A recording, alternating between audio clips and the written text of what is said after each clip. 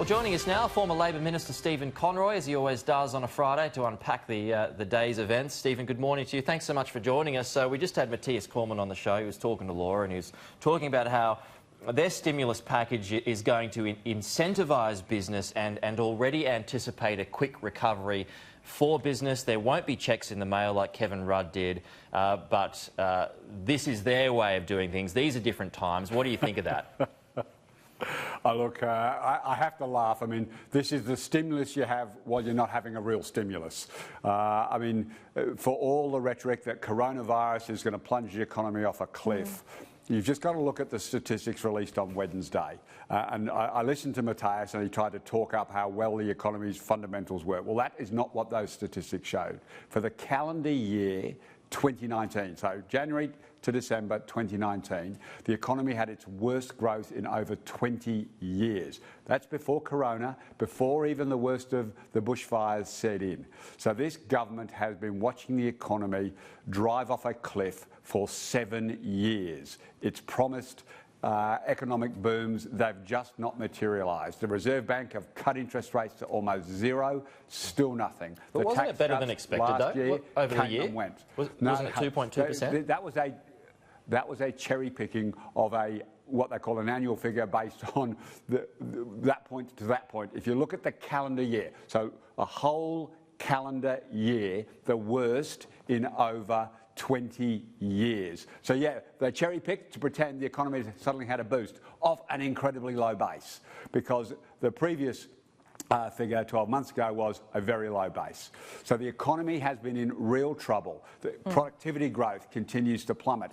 Household disposable income is basically at the same level as in real terms as it was in 2011. There's been a marginal increase. So for 9 years, people's wages and their disposable income hasn't improved. Is it no wonder they're not spending the dollar? Is it no wonder every time they're given a tax cut, an interest rate cut or a tax cut, they're paying down their mortgages? That's where your problems are. This government has done nothing to actually stimulate the economy, and unless it has a serious go, this economy, they'll hide behind coronavirus, which is a very convenient excuse. And when I listen to Mathias, he goes, oh, external events, nothing to do with us. What was the GFC? An external event, nothing to do with the Well, let me ask you about the GFC. What is different this time around? Of course, the obvious is there. That was a full-blown financial crisis. This is a health crisis that has quickly turned into a financial one. If you're in this situation, what would you do differently than what you did during the GFC?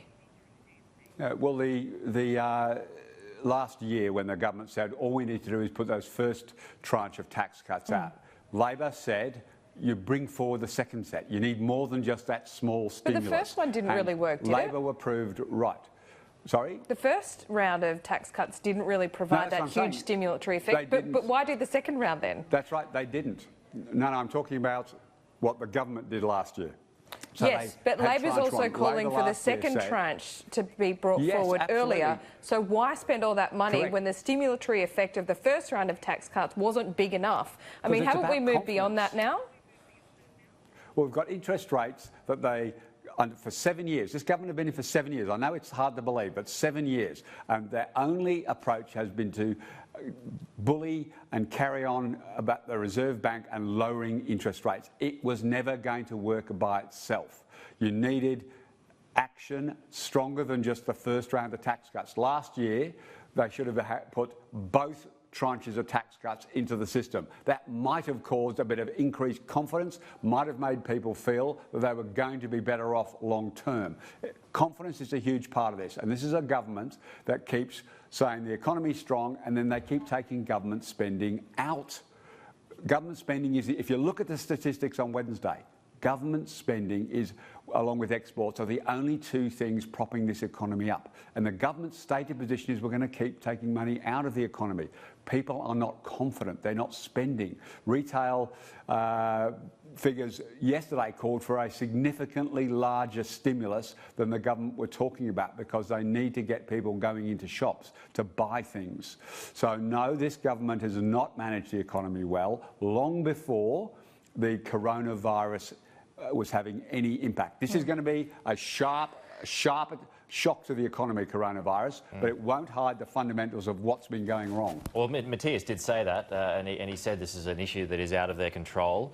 Now, just on to what the expectation is, there might be investment allowances that are provided, there might be help with wages. I mean, just those items on themselves, do you think that they're good ideas?